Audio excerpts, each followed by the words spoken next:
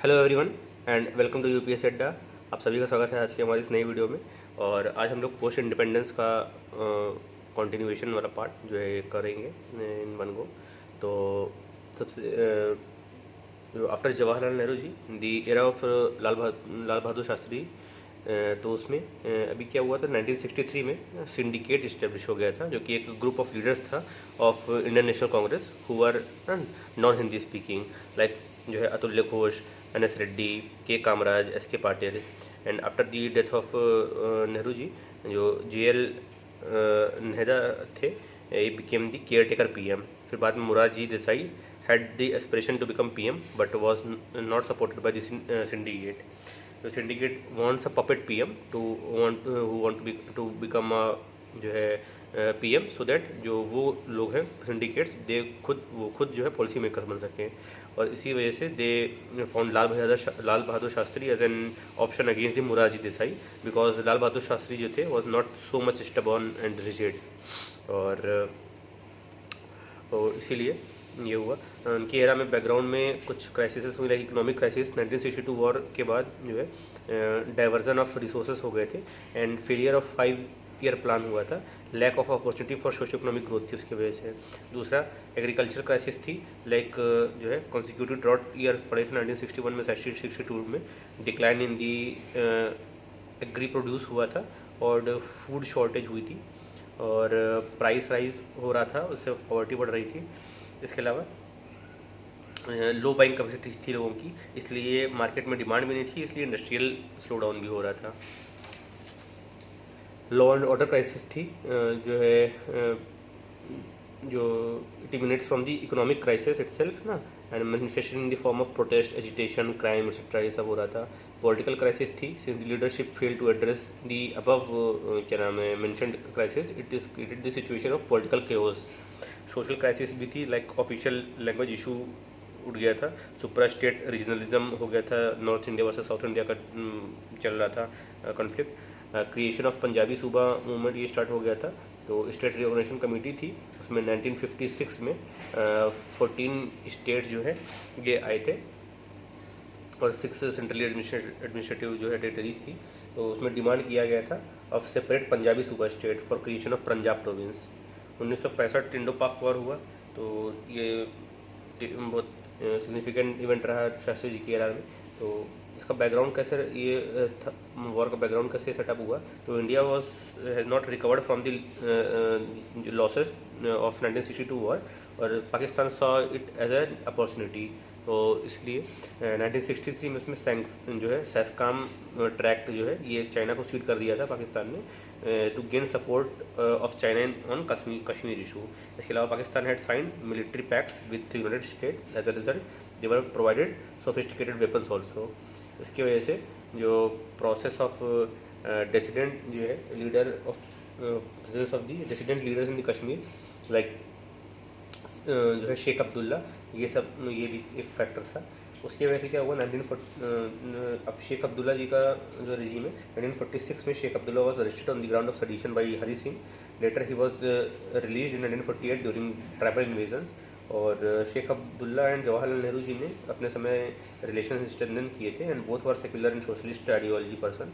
1952 में जब Delhi declaration sign हुआ था और उसमें बाद में स्पेशल स्टेटस प्रोवाइड किया गया जम्मू एंड कश्मीर को एज पर आर्टिकल 370, और उसमें जम्मू एंड कश्मीर को अपना खुद का फ्लैग, ओन कॉन्स्टिट्यूशन ये अलाउ किया गया। No central law until pass by the state legislature, governor was known as जो है सबरे रियासत, और CM was known as PM ना फॉर जम्मू एंड कश्मीर। और इसके अलावा लैंड रिफॉर्म जो है हुए इंडिया में, और successful implementation of land reform हुआ जम्मू एंड कश्मीर में due to Sheikh Abdullah. And he antagonise Hindu zamindar class, और प्रजामंडल जो था जम्मू में under the leadership of Premnath Dubey. इन दोनों की वजह से इंटरनल क्राइसिस हुई जम्मू एंड कश्मीर में, was brought at the national level by Shyama Prasad Mukherjee, जो कि फाउंडर ऑफ जनसंघ थे। एंड जो उन्होंने इशू रेस किया of one nation one flag one constitution approach का। और Mukherjee decided to carry out rally in Srinagar.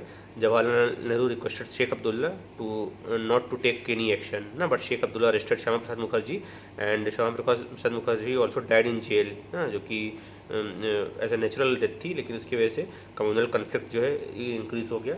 Jawaharlal Nehru removed Sheikh Abdullah as PM and made जो है जीएम बख्शी 1954 एज जो है सीएम, और Sheikh Abdullah became a dissident leader in Kashmir after this. और weakness of central leadership, ये शेख अब्दुल्ला का एपिसोड हो गया। उसके अलावा वीकनेस ऑफ सेंट्रल लीडरशिप थी, तो ये भी एक जवाहरलाल नेहरू जी के जाने के बाद ये भी एक इशू बना। जो प्रेसिपिटेटिंग फैक्टर है वो ऑपरेशन जो है डेजर्ट हॉक करके था। तो Pakistan attacked on a disputed territory of Rann of Kutch in 1965 which was under India's control since 1956। और अयूब खान ने बोला था कि Hindu morale will not be able to bear few blows if done at the right time, ये उनका स्टैंड था उस समय का। And Pakistan was very close to capture that territory, but British PM जो थे हेरोल्ड विल्सन, इन्होंने इंटरवीन किया एंड उन्होंने बोला to attain a cease fire and set up a tribunal. और इसकी वजह से ट्रिब्यूनल ने फिर 1968 में जजमेंट दिया था, तो उसमें पाकिस्तान को 5100 किलोमीटर स्क्वायर मिला, बट ने क्लेम किया था, बट उसको केवल 900 मतलब 1/10 जो है 910 किलोमीटर स्क्वायर ही मिला ट्रिब्यूनल के हिसाब से, क्योंकि उनका डिमांड अनजस्ट था। इसके अलावा रन ऑफ कच्छ अटैक था was a dress rehearsal for Pakistan ना, पाकिस्तान एक तरह से देखना चाहता था। तो जो ऑपरेशन डेजर्ट हॉक था उसके बाद प्रॉपरली लॉन्च हुआ and it was a marshy terrain ना, and India was not expecting a war at that front, और this gave an impression to Pakistan that India is not prepared to fight any battle। और इसी meanwhile Pakistan was demanding 5100 kilometre area in this front। और जो है इस समय विजय लक्ष्मी पंडित थी, इन्होंने ओपनली क्रिटिसाइज़ किया लाल बहादुर शास्त्री को फॉर दिस, एंड जो है call that Lal Bahadur Shastri and their cabinet जो है is the prisoner of indecisions ना, ये बोला था। और इस समय इसके ऊपर लाल बहादुर शास्त्री ने बोला था कि भारत जब जंग में उतरेगा तो जगह भी उसकी मर्जी की होगी और समय भी उसकी मर्जी का होगा। उन्होंने अपना स्टैंड क्लियर करा कि हम डरते नहीं हैं। तो फिर कोर्स ऑफ वॉर क्या हुआ, तो कोर्स ऑफ वॉर ये आप लोग देख सकते हैं, ऑपरेशन जिब्राल्टर और उसके आगे की चीज़ें ताशकंद एग्रीमेंट तक। तो एक ये ओवरव्यू ले सकते हैं इसका।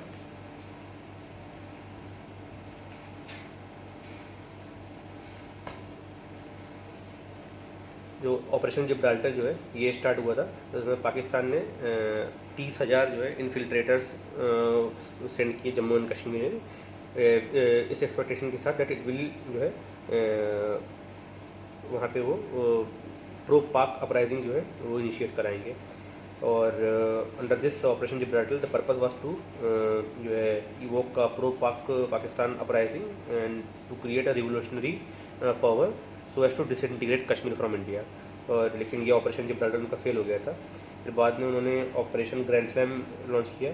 तो under this Pakistan forces decided to attack जो है Akhnoor, so that all the supplies जो है communication to the forces of Jammu and Kashmir can be cut off. And he called upon army chief for possible solution and decided to open the second front in Punjab also. And however Indian leadership जो है ये agree to it and attacked Pakistan from Lahore front. Lahore front से उन्होंने attack किया and as a result Pakistan forces were diverted and operation grand slam भी ये fail हो गया। India successfully captured 1920 square kilometer territory of Pakistan including the strategic location of Haji Pir pass ना, कि ये भी प्रेजेंट पाकिस्तान ऑक्यूपाइड कश्मीर में, वहाँ तक ऑक्यूपाई कर लिया था इंडियन ने। फिर पाकिस्तान ने कैप्चर किया था इसमें 540 square kilometer territory against 1920 kilometre of India. और इस समय neither US intervene nor China. US तो इस समय नॉर्थ वियतनाम बॉम्बिंग में बिजी था, और चाइना जो है बिकॉज रशिया ने अल्टीमेटम दिया था चाइना को दैट इफ़ जो है India has to fight a two front war, हाँ, तो चाइना सपोर्ट करेगा उस कंडीशन में इंडिया को। तो उस समय चाइना ने भी वो इंटरफेयर नहीं किया। मोरओवर जो है चाइना रशिया रिलेशन जो है उस समय ऑलरेडी जो है स्ट्रेस थे, इसलिए चाइना ने कोई had no further intention to antagonise Russia at that time. और उस समय रशिया ने काफ़ी हेल्प किया diplomatically, as Russia made it clear that जो है तो अगर चाइना और पाकिस्तान दोनों अटैक करेंगे तो रशिया जो है अपने इंडिया का साथ देगा। This war continued for 22 days, however due to poor military leadership and flawed intelligent assessment India agreed for a cease fire ना। तो जो है वो उस समय इंडिया एडवांसमेंट, इंडिया ज़्यादा गेन कर रहा था, फिर भी जो है हम लोग को असेसमेंट ढंग से नहीं हो पाया, फिर सीफायर में एग्रीमेंट हो गया। बाद में जो है ताशकंद एग्रीमेंट साइन हुआ and it was a peace agreement sign between India and Pakistan to resolve Indo Pakistan war of 1965। Status quo ante with respect to territories ये रिकमेंड किया गया, और neither country would interfere in internal affairs of other and will not encourage toxic propaganda against the each other। तीसरा ये चीज़ बोला गया था कि orderly transfer of business of work किया जाएगा और both countries will work together to improve bilateral relations, और trade and economic relations restore किए जाएंगे पहले की तरह। India agree to the unfavourable terms as other options would have been जो है resumption of mutually disaster wars and losing support of Soviet on Kashmir issue. उस समय इंडिया को इसलिए काफ़ी चीज़ों पर एग्री होना पड़ा। और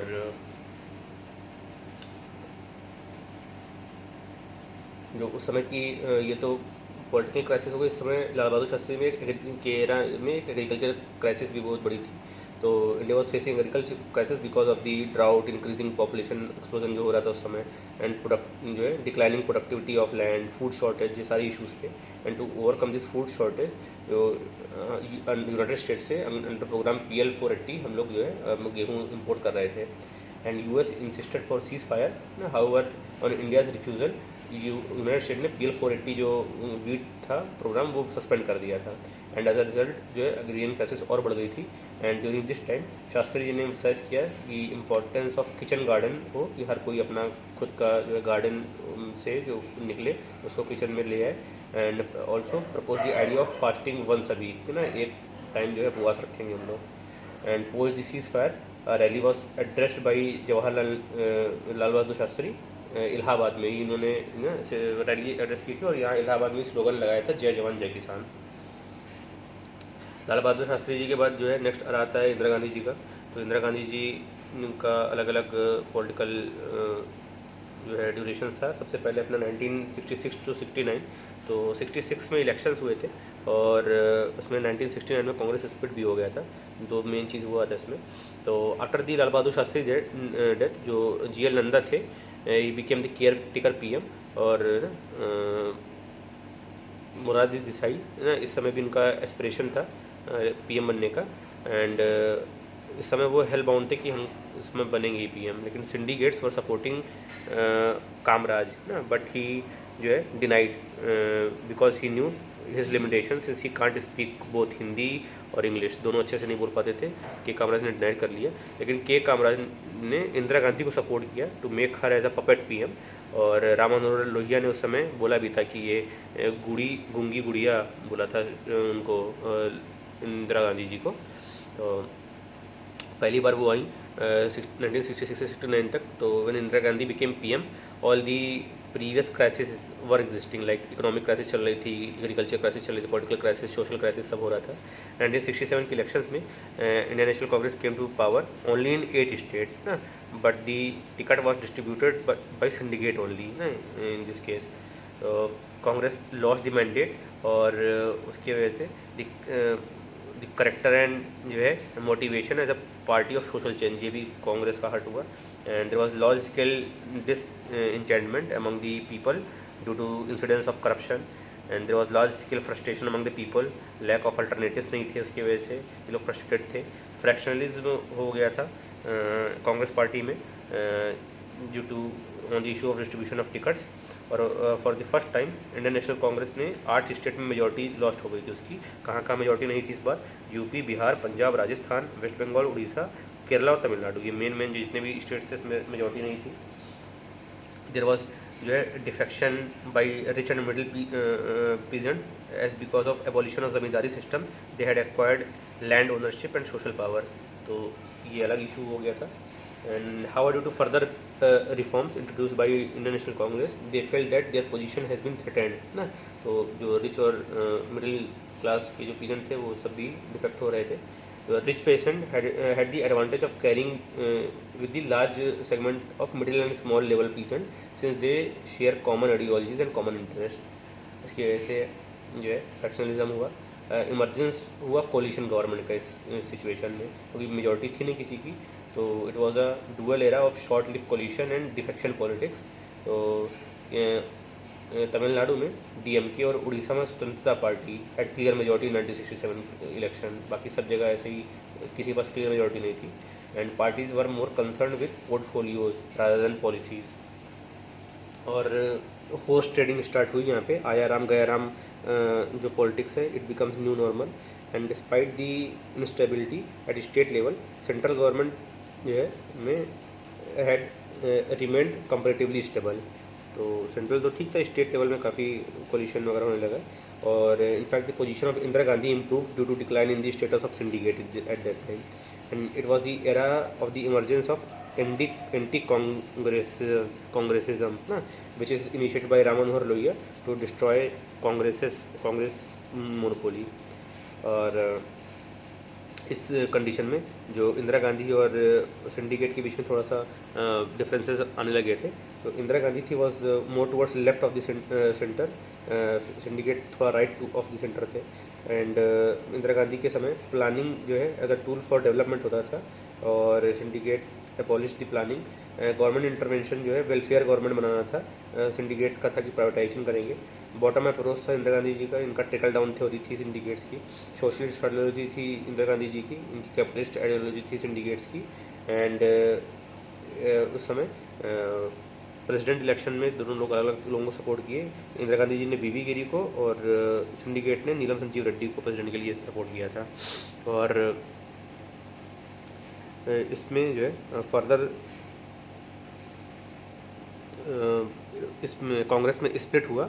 एट द वाज दी जो precipitating factor was the death of Zakir Hussain. उसके बाद जो है 3 कंटेंडर थे प्रेसिडेंट के, नीलम संजीव रेड्डी, वीवी गिरी और सीडी देशमुख। तो इंदिरा गांधी ने वीवी गिरी को जो है सपोर्ट किया, जो कि एक इंडिपेंडेंट कैंडिडेट थे। And she was looking for an opportunity to withdraw the official INC support to Neelam Sanjiva Reddy, as जो है she fear that the syndicate will try to dominate her ना, अगर नीलम संजीव रेड्डी बन जाएंगे तो once she realized that syndicate has requested the Jan Sangh to give second preferential vote to the Neela Sanjeev Reddy, Indira Gandhi blew this issue out of proportion and declared no candidate is fielded by the Indian National Congress. और ultimately जो है election of president happen हुआ, उसमें वीवी गिरी जो है जीत गए। And ये syndicate के लिए काफ़ी ह्यूमिलिएटिंग डिफीट थी, और as a result Indira Gandhi को पार्टी से ही एक्सपेल कर दिया गया ना। However she continue to remain in power, और इसकी वजह से कांग्रेस का स्प्लिट हो गया। एक कांग्रेस ओ बना और कांग्रेस जो है आर बना। तो Congress O was led by syndicates and Congress R was led by Indira Gandhi. Indira Gandhi ने 24th कॉन्स्टिट्यूशनल अमेंडमेंट बिल इसमें समय इंट्रोड्यूस किया with respect to abolition of privy purse ना, but she did not have majority in the Lok Sabha at that time, तो उसमें pass नहीं हुआ। As a result she asked V V Giri to introduce an ordinance ना, which meant to divest all the power of prince and abolition of privy council. Ordinance जो है issue हो गया, however it was challenge in very famous case of N Palkhivala, उसमें challenge हुआ था। And she since she was not able to implement the policies ना that she intended, तो she decided to dissolve Lok Sabha और एक fresh election announce हुए। तो fresh election के समय ग्रैंड अपोजिशन जो है बना था उस समय जनसंघ का, कांग्रेस ओ, स्वतंत्रता पार्टी और जो एक संयुक्त सोशलिस्ट पार्टी थी, सब मिला के। ये इस समय जो है उन्होंने एक ग्रैंड अपोजिशन ने स्लोगन दिया था इंदिरा हटाओ। इसके रिस्पॉन्स में गवर्नमेंट इंदिरा गांधी ने स्लोगन दिया था कि गरीबी हटाओ। एंड बिकॉज ऑफ दिस जो है popularity of Indira Gandhi rose, and Indira Gandhi finally came to power in 1971 with absolute majority. तो ये हो गया पहला टर्म। उसके बाद 1971 में जब पावर में आई तो उसी समय 1971 बांग्लादेश लिबरेशन वॉर जो है इसका चैप्टर स्टार्ट होता है। तो जो उस समय वेस्ट पाकिस्तान और ईस्ट पाकिस्तान ना दो था, अपना बांग्लादेश जो भी पार्ट है वो ईस्ट पाकिस्तान था। तो वेस्ट पाकिस्तान जो है ये united by ties of religion था ना, and how they were geographically, culturally, linguistically distinct, लेकिन जो स्टेट रिलीजन था इस्लाम, तो उसकी वजह से यूनाइटेड थे। और linguistic aspiration of east Pakistan people overlooked by the west Pakistan, and जो वेस्ट पाकिस्तान थे इसने रिफ्यूज़ कर दिया था to recognise Bengali as the official language. East Pakistan का क्या इश्यूज़ थे, तो ईस्ट पाकिस्तान में जो रेवेन्यू जनरेट होता था from export of jute was use for the industrialisation of west Pakistan only, and all the elite position ना इन आर्मी पुलिस एडमिनिस्ट्रेशन, ये सारे लोग वेस्ट पाकिस्तान के लोग के द्वारा कैप्चर्ड था। स्टार्क डिफरेंसेस था on socio economic profile of west Pakistan and east Pakistan, जो है lack of any grievance redressal mechanism था।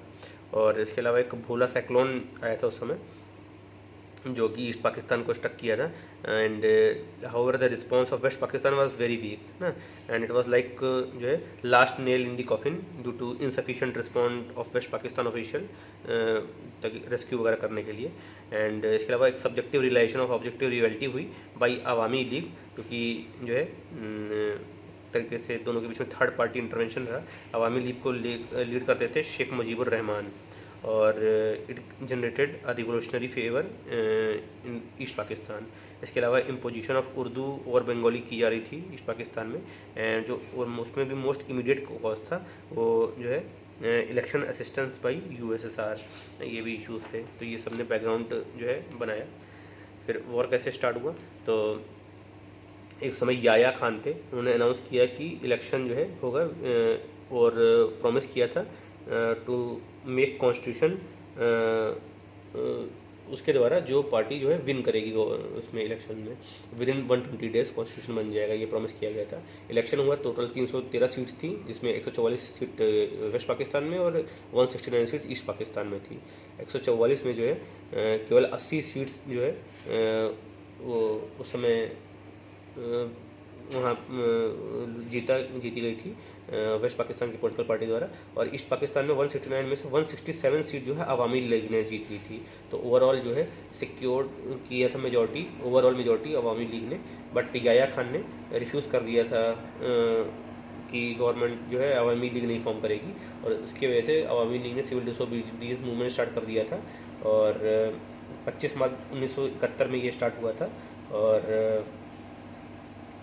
इसीलिए जो ये 25 मार्च 1971 एक जो एनआरसी है अपना इंडिया में, जहाँ से आसाम में इन्फिल्ट्रेशन इमिग्रेशन वगैरह स्टार्ट हुआ था, तो यहाँ यही इसीलिए ये डेडलाइन डेट रखी गई है। जब ये सिविल डिसोबीडियंस मूवमेंट स्टार्ट हुआ था तो ऑपरेशन सर्च लाइट जो है ये लॉन्च किया गया उसके रिस्पॉन्स में by west Pakistan against the east Pakistan people to crush this movement. और ये most violent and most brutal type का ये ऑपरेशन था। Large scale killing looting raping हुआ है पीपल का of east Pakistan.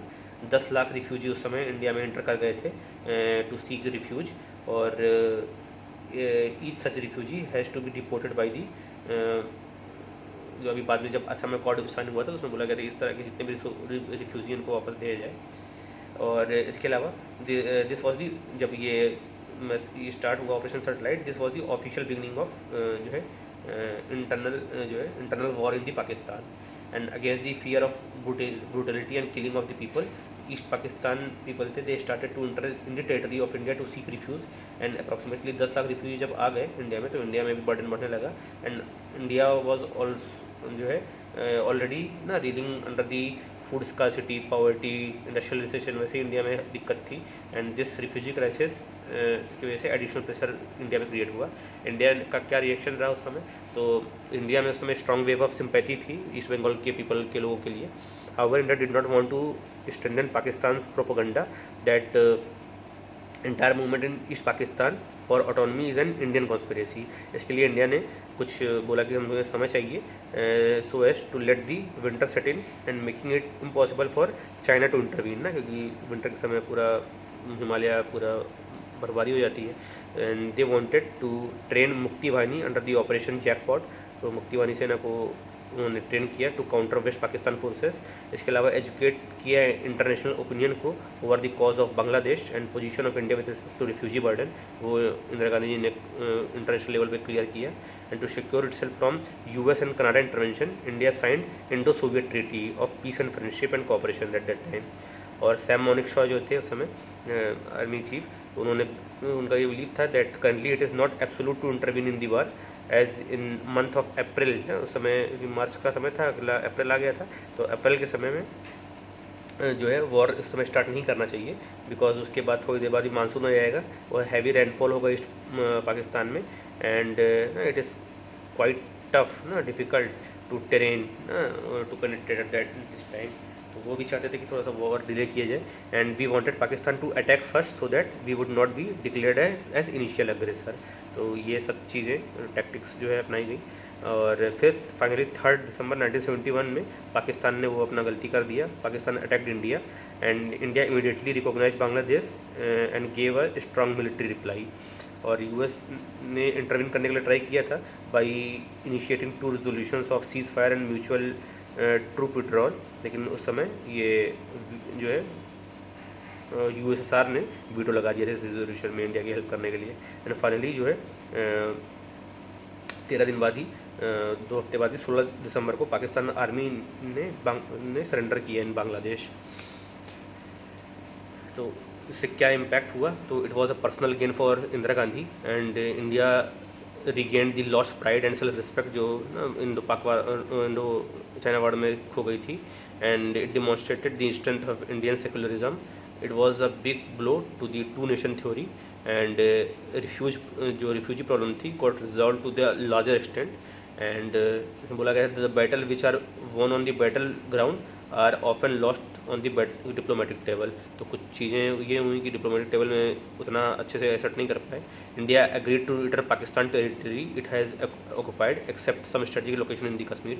Pakistan agreed to respect LOC in the Kashmir, और both the country agreed to settle their dispute through bilateral negotiation without external intervention.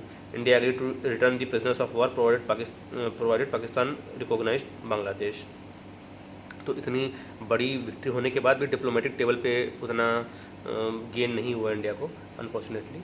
और ये जो है 1971 वाला पीरियड हो गया। फिर नेक्स्ट जो है 1973 से 1977 तक का इंदिरा गांधी जी का एरा। तो इसमें कंसिक्यूटिव जो है ड्रॉट ईयर्स जो है पड़े थे 1972 में 1973 में। इसके अलावा डाइवर्जन ऑफ रिसोर्सेज हो गए थे ड्यू टू 1971 वॉर।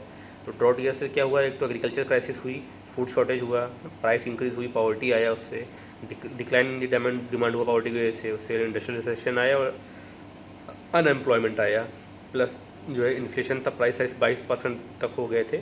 और इसके अलावा ऑल इंडिया रेलवे स्ट्राइक भी हुई थी जो कि लार्जेस्ट स्ट्राइक ऑफ इंडिया है टिल डेट अभी तक का।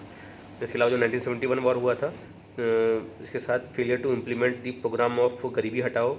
इसके अलावा ग्लोबल ऑयल क्राइसिस भी थी, इसकी वजह से price of diesel and petrol बहुत हाई हो गया था, सीवियर इम्पैक्ट पड़ा था मिडिल क्लास में, और हाई एंड करप्शन था बाय पॉलिटिशियन एंड एडमिनिस्ट्रेटर्स। और इसकी वजह से डिसइंटेंटमेंट हुआ कॉमन पब्लिक में due to high scale corruption price rise.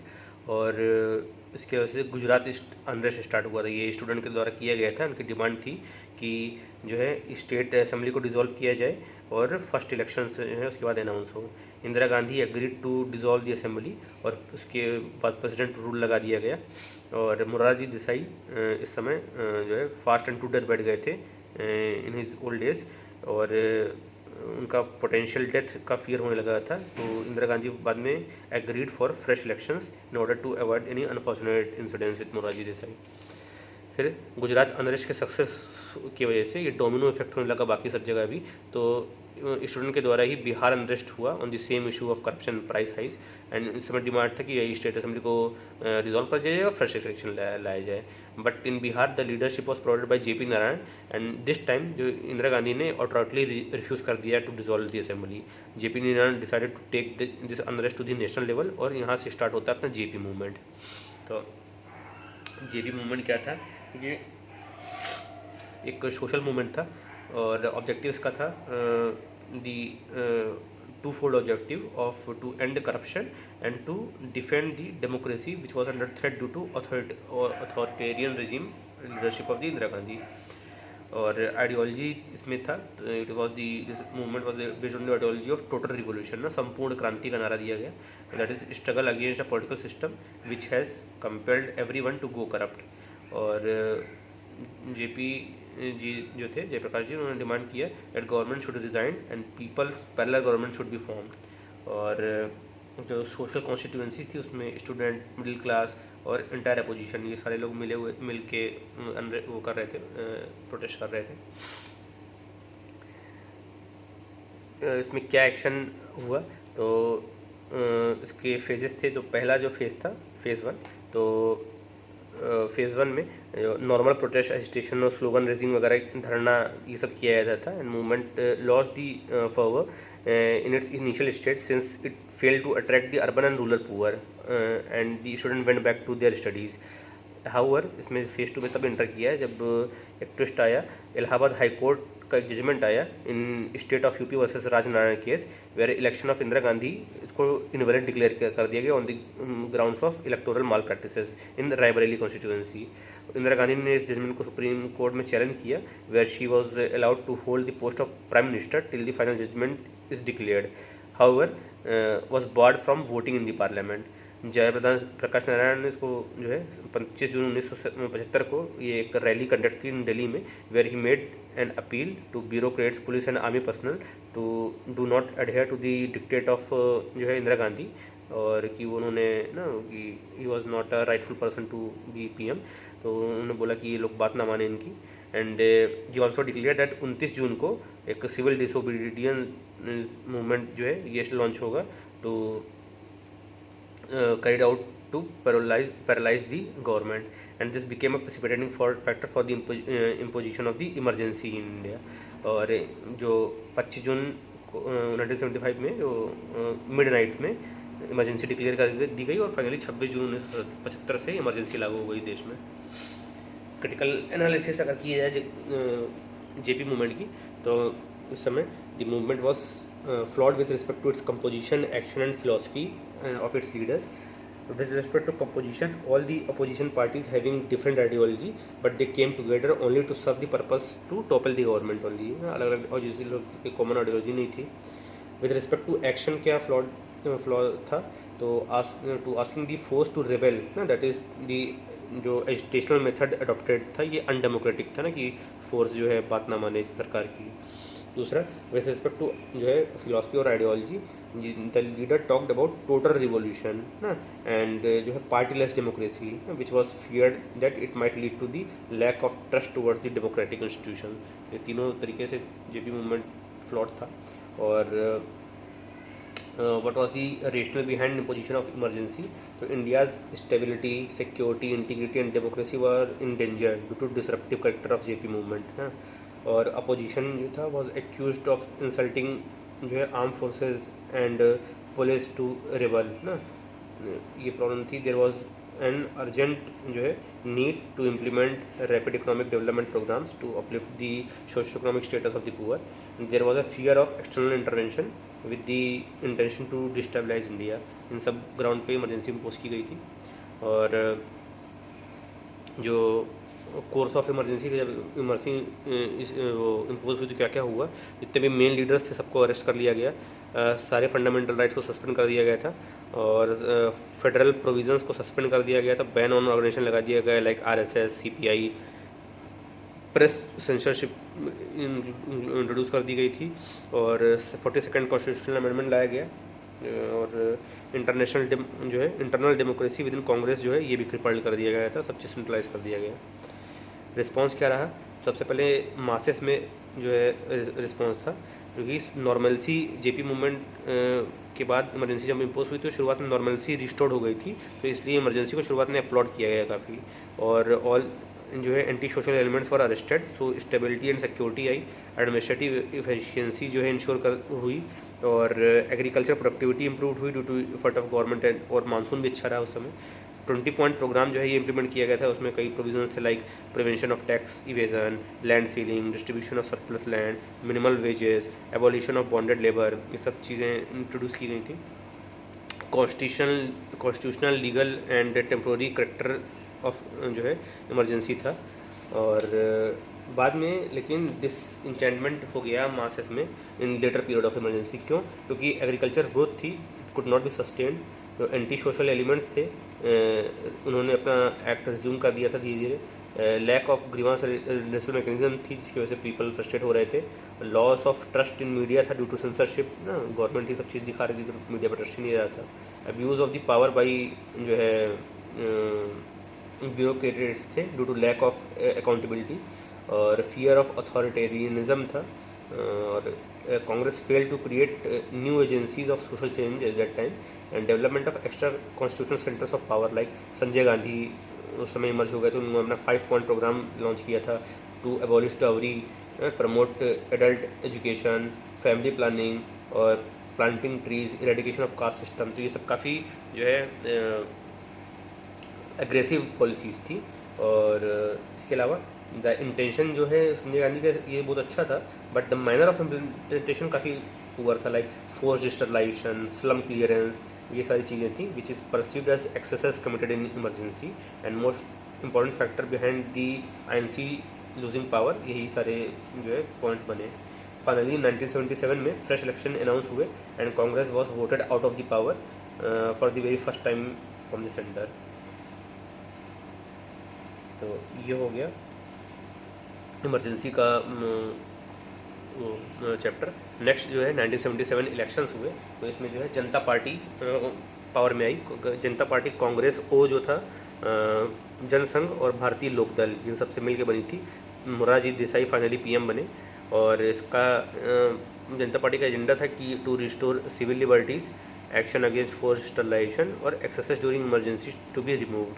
तो इसके लिए जो है after coming to the party, Janata party ने इमीडिएटली जो है 44th कॉन्स्टिट्यूशनल अमेंडमेंट पास किया और उसके साथ ही डिसमेंटल किया the authoritarian features of the emergency, restore किया सिविल लिबर्टीज़ को, सिविल लिबरल डेमोक्रेसी रिस्टोर हुई, right and freedom of press restore किया गया और पॉलिटिकल चेंजेस हुए, लाइक फैमिली प्लानिंग जो है इसको फैमिली वेलफेयर में चेंज किया गया, ऐसा फोर्स्टलाइजेशन वगैरह नहीं करना है ना, वेलफेयर अप्रोच स्टार्ट किया गया। बट कुछ बहुत से इश्यूज भी थे जनता पार्टी के साथ। एक तो नॉन परफॉर्मेंस था इन दी एडमिनिस्ट्रेशन, फेलियर था in the implementation of developmental policies and realisation of social justice fail हो रहा था, डिसइंटीग्रेशन ऑफ कोलिशन हो रहा था and failure to address the rising social tension in rural areas ये start हो रहा था। तो जो JP मूवमेंट का सोशल बेस था ना, ये इसमें capitalist class, rich landlord, middle class peasant और अर्बन लीडर्स ये सब लोग थे। इसमें सोशल कॉन्फ्लिक्ट अराइज होने लगा। तो जो रिच क्लास था इसने परसीव किया कि दे हैव जो है enjoyed power due to JP movement and they started claiming their land and debt. इसके अलावा जो रूरल पॉपुलेशन थी was aware about their rights after the implementation of 20 point programme, जिससे पॉलिटिकल अवेयरनेस आ गई थी।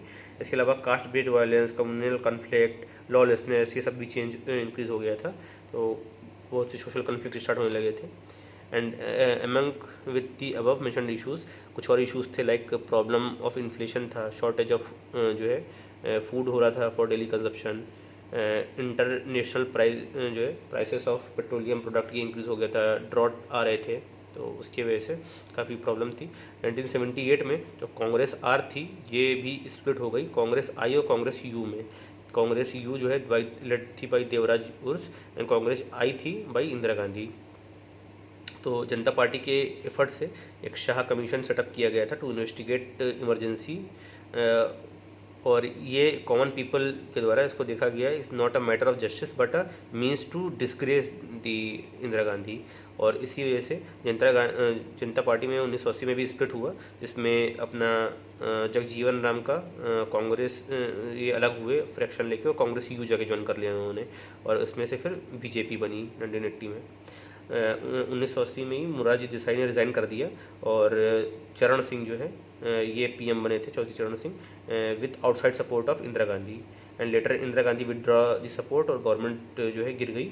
और हालांकि जो मेन काम था इंदिरा गांधी का वो इस्टेब्लिशमेंट ऑफ मंडल कमीशन ना, ये काफ़ी बड़ा वो माना जाता है कंट्रीब्यूशन, जो बाद में काफ़ी इसके पॉलिटिकल रेमिफिकेशंस हुए। तो ये जो है हो गया जनता पार्टी का कोर्स। उसके बाद इंदिरा गांधी दोबारा पावर में आई 1980 से 1984 के बीच में। इस दौरान भी काफ़ी इश्यूज़ रहे। सबसे पहले असम क्राइसिस रहा 1979 का और 1985 का।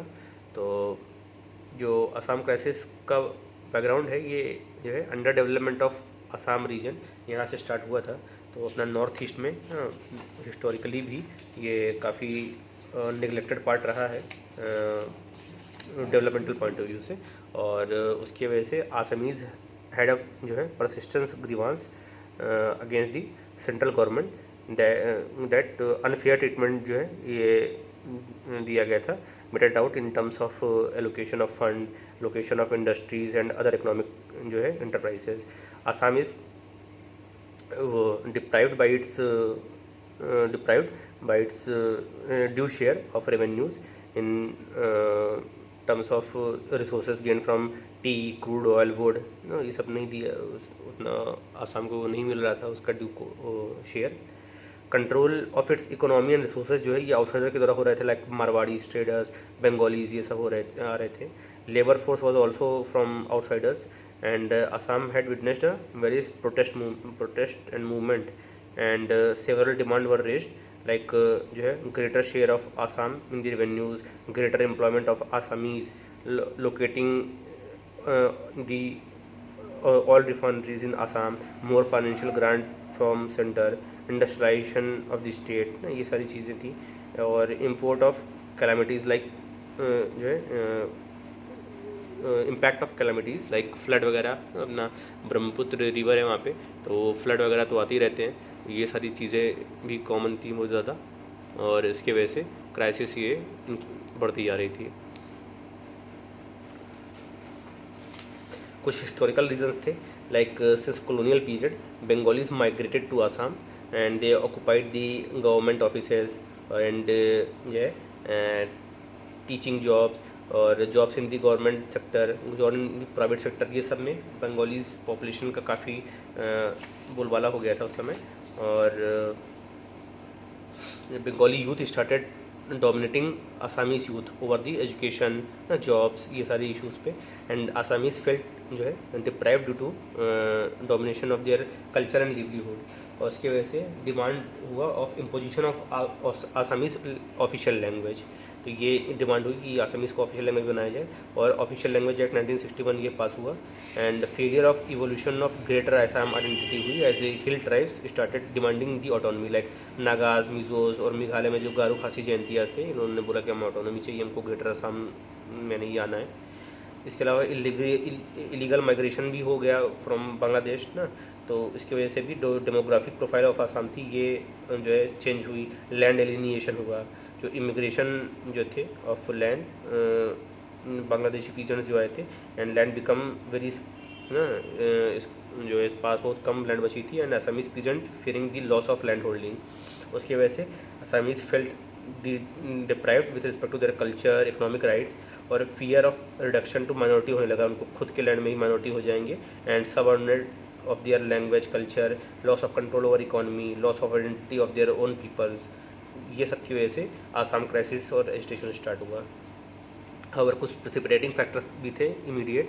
तो जो है it became evident during 1979 election that majority of illegal migrants जो है ये रजिस्टर्ड वोटर बन गए आसाम में. और उसकी वजह से पॉलिटिकल डायनेमिक्स में चेंज का फियर होने लगा था. और ऑल आसाम स्टूडेंट यूनियन और आसाम जो है जन संग्राम परिषद, इन्होंने मिल के इंडियन गवर्नमेंट को से अर्ज किया कि to seal the Assam border before and identify the illegal migrants and deport them before elections. ये मेन फैक्टर, प्रेसिपिटेटिंग फैक्टर हुआ ऐसे भी क्राइसिस स्टार्ट होने का.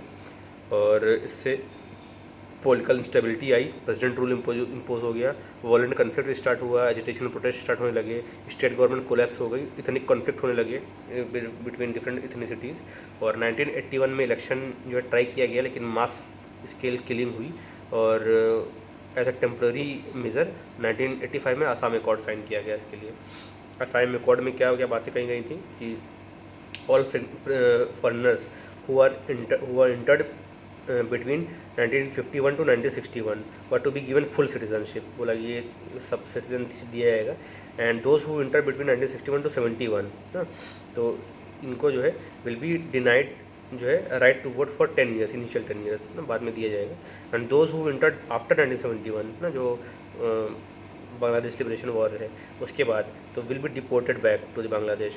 And package of economic development दिया जाएगा ऑफ आसाम, ये अनाउंस किया गया था. For establishing IITs, paper mill, oil refinery सब इस्टेब्लिश किया जाएगा. Central government to provide legislative and administrative safeguard to protect cultural, social and linguistic identity of Assamese people. और इस एकॉर्ड के बाद फाइनली जो है इलेक्शन हुआ. इलेक्शन में जो आसाम जो है जन संग्राम परिषद था, it came to power, but जो है इसके बाद इंसर्जेंसी स्टार्ट हो गई, असम में इंसर्जेंसी स्टार्ट हो गई, ये अलग इशू स्टार्ट है। दूसरा जो है इस ड्यूरेशन में पंजाब क्राइसिस भी स्टार्ट हो गई थी। पंजाब क्राइसिस में क्या इशू था, तो इस कंडीशन में जो सिखिज़म था, सिखिज़म जो है emerge as a reformative movement against the dogmatic practices in Hinduism ना पहले से ही। And after 10th century tradition of guru जो है ये एंड कर दिया गया था। एंड जो लास्ट गुरु थे गुरु गोविंद सिंह, उसके बाद जो है वो बोला गया कि जो गुरु ग्रंथ साहिब है वही गुरु है सिखों के। एंड गुरुद्वारा जो है it came to be governed by the corrupt mahant, ये हो गया था। And a group of young Sikh emerged also known as Akalis to ensure the democratic governance of these shrines. और 1925 में शिरोमणि गुरुद्वारा प्रबंधन कमेटी जो है ये एस्टेब्लिश हुई थी। और जो है इसका जो इशू है पंजाबी क्राइसिस का पहले से शुरू चलता था। प्री 1966 क्या हुआ कि Akali asserted that both the religion and politics are essential component of Sikhism and hence both cannot be separated, and according to Akalis Sikh जो है अकॉर्डिंग टू जो अकाली सिक्स थे, Sikhs were subjected to continuous discrimination and oppression, and Hindus were accuse of imposing जो है Brahmanical जो है tyranny over the Sikhs people. और इसके लिए 1953 में ऑल इंडिया अकाली कॉन्फ्रेंस हुई थी, जो कि मास्टर तारा सिंह ने उसमें क्लेम किया था, claim under the garb of democracy and secularism they are trying to crush our religion, उन्होंने ये बोला। और 1951 इलेक्शंस में अकाली दल ने 125 में से 14 सीटें जीती थी इन पंजाब। और रिलीजियस ऑर्गेनाइजेशन जो था ये required to remain politically relevant, इस वजह से ये इतने डिसमल परफॉर्मेंस की वजह से उन्होंने रिलीजन बेस्ड जो है पॉलिटिकल अपना स्टार्ट किया। And they started to demanding Punjabi Suba ना, that is creation of the Punjabi speaking state. Nehru ji का क्या रिस्पॉन्स था इस कंडीशन में, तो उन्होंने बोला कि any demand based on the communal factor ना और रिसोर्टिंग टू वायलेंस और डिमांड ऑफ सिजेशन ना will not be agreed upon as it will threaten the secular fabric of country and territorial integrity of India. तो उन्होंने इसको outrightly reject कर दिया था। 1956 में फिर स्टेट रिऑर्गेनाइजेशन जो है कमीशन बना, और इसने भी डिसअप्रूव किया था demand of Punjab reorganization on the linguistic line as it believed that there is not much difference between Hindi and Punjabi, तो ऐसा अलग से नहीं बनाने की ज़रूरत नहीं है। And we will create 2 linguistic zone within Punjab, एक हिंदी स्पीकिंग और एक पंजाबी स्पीकिंग और, तो ये ऐसे 2 लिंग्विस्टिक जोन बन जाएंगे। और जो है इसके अलावा पेप्सो इमर्ज हुआ इन पंजाब से, जो कि 8 प्रिंसली स्टेट्स को मिला के जो है बोला जाता था पेप्सो। 1966 में शिरोमणि गुरुद्वारा प्रबंधक कमेटी थी, ये संत फतेह सिंह थे, ये हेड करते थे इसको। और इन्होंने इंदिरा गांधी को अश्योर किया दैट डिमांड ऑफ सेपरेट जो है पंजाब जो है पंजाबी सूबा इज़ ऑन लिंग्विस्टिक लाइन ना, और रिलीजन से कोई लेना देना नहीं है इसका। Plus Hindi dominated social and political organization started their demand of separate Haryana. तो इसकी वजह से पंजाब जो है बाउंड्री कमीशन इस्टेब्लिश हुआ 1966 में, जहाँ पे इसमें पंजाब और हरियाणा का क्रिएशन हुआ, और छत्तीसगढ़ उनका एक कॉमन कैपिटल रखा गया और यूनियन टेरिटरी बना दी गई। एंड जो है इसमें साथ में कुछ रीजन जो है इस एरिया के हिमाचल प्रदेश को भी दिए गए, वो पेप्सो सब मिला के अलग से हिमाचल प्रदेश बना। After the creation of Punjab in 1966 जो है political aspiration of Akali Dal जो है ये बहुत ज़्यादा मीट नहीं हुआ, because Sikh population was less than 60%, और 25% जो थे इसमें जो है मजहबी सिख थे, जो कि दलित थे, who converted into Sikhism, and they majorly were the vote bank of Congress and CPI। 1967 में again Akali Dal could not come to the power because of the social base was not was only जो है जो जाट सिख होते थे, जो रिच सिख्स थे, वही लोग उनका पॉलिटिकल बेस था। उसकी वजह से दोबारा भी 1967 में भी पावर में नहीं आ पाए। तो पोस्ट 1966 क्या स्टार्ट हुआ, after the creation of Punjab state the Akali leaders did not have any issues ना which could sustain them, and hence they started moving towards separatism. And secondly acquiring power through democratic means and electoral process was a challenge ना।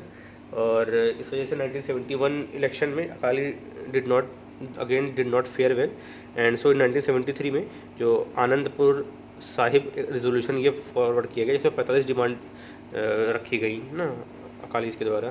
तो एक तो transfer of Chhattisgarh की जाए पंजाब को, representation of Sikh in army should be increase further, second language status दी जाए to Punjabi in neighbouring states, and more autonomy दी जाए स्टेट को। ये सारी उन्होंने इस तरह से करके ऐसे 45 डिमांड रखी थी। 1980 का इलेक्शन हुआ, इसमें अकाली को फिर ना 29.3% वोट ही मिले, एंड अकालीज जो है they began to communalize their politics after this. 1981 में जो संत लोंगेवाल थे, उन्होंने सबमिट किया एक memorandum of 45 demands, and they started using religion as a mobilising tool. Their approach was Punjab is a Sikh state and Akali Dal is a Sikh party, hence they have right to govern. वो ये चीज़ बोलने लगे इसको कम्युनलाइज करके। पोस्ट 1980 जो है इमरजेंस ऑफ भिंडरेवाला हुआ। भिंडरेवाला जो थे ये इसने असेसिनेशन किया ऑफ हेड ऑफ निरंकारी, जो एक सेक्ट है सिखिज़म का। Killing of editor of local newspaper Punjab Kesari, ये किया उसको इसने ओपनली। हाईजैक किया जो है श्रीनगर बाउंड फ्लाइट को। असेसिनेट किया जो DIG थे उस समय AS एलवाल while he was visiting Golden Temple at that time. Indiscriminate killing of Hindus किया भिंडरेवाला ने, and he started issuing passport for a fictitious nation that is Khalistan. Khalistan के नाम पे पासपोर्ट इशू करने लगा था।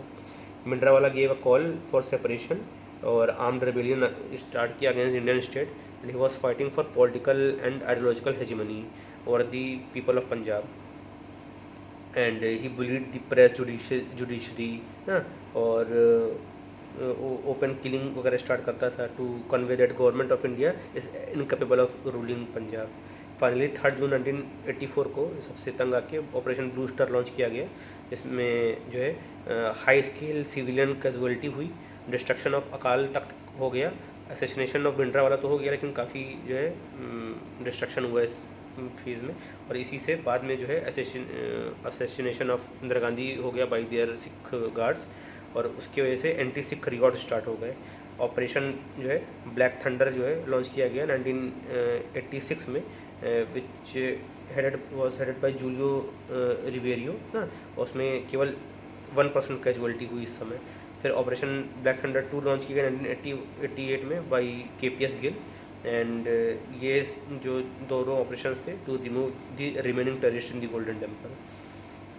अगस्त 1985 में जब राजीव गांधी और लोंगेवाला थे, उन्होंने मिलकर पंजाब एकॉर्ड साइन किया, जिसमें transfer of Chhattisgarh to Punjab की बात की गई थी, compensation to those who suffered from militancy, revoking of AFSPA from Punjab, and sharing of water through tribunals, इसे स्टार्ट किया गया। However, the accord failed because Sant जो लोंगेवाला थे was assassinated by 6 extremists later. And the lesson to be learned during this Punjab crisis was the communalism has to be conferred both by politically and ideologically. Separation of religion और politics जो है इसको enforce करना चाहिए. No amount of popular will and opposition can defeat the violence on its own.